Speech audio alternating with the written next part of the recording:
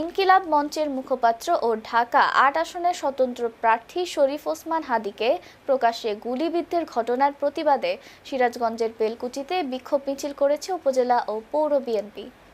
শনিবার ১৩ ডিসেম্বর বিএনপির কেন্দ্রীয় কর্মসূচির অংশ হিসেবে প্রতিবাদ মিছিল মুকুন্দগাতী করিতলা মোড় থেকে শুরু হয়ে উপজেলার বিভিন্ন সড়ক ঘুরে চালা বাস স্ট্যান্ডে এসে পথসভা অনুষ্ঠিত হয়। এতে বক্তব্য রাখেন বেলকুচি উপজেলা বিএনপির সাবেক সাধারণ সম্পাদক আব্দুর রাজ্জাক মণ্ডল, সাবেক সদস্য সচিব বনি আমিন ও পৌর বিএনপি সাবেক আহ্বায়ক আলতাফ হোসেন।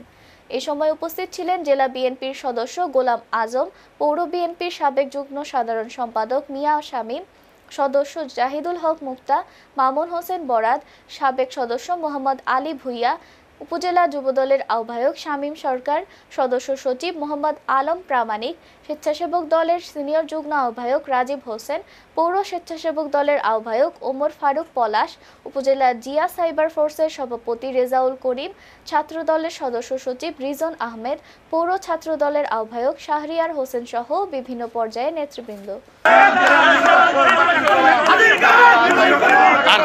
১৭ বছর আন্দোলন করতে গিয়ে আমাদের বাংলাদেশ জাতীয়তাবাদী দল সহ বিভিন্ন গণতান্ত্রিক সংগঠনের নেতৃবৃন্দ আত্মহুতি দিয়েছেন।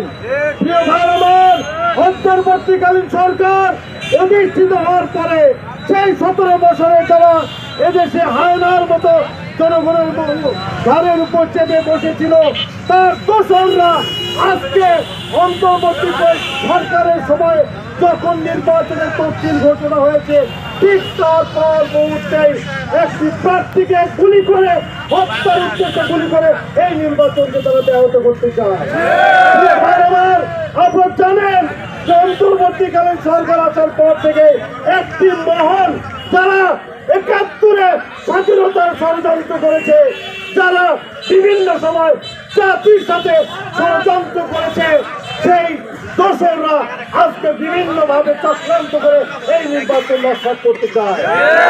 আজকে বাংলাদেশের মানুষ ঐক্যবদ্ধ, আগামী ১২ই ফেব্রুয়ারি নির্বাচন নির্দিষ্ট সময় হবে ইনশাআল্লাহ।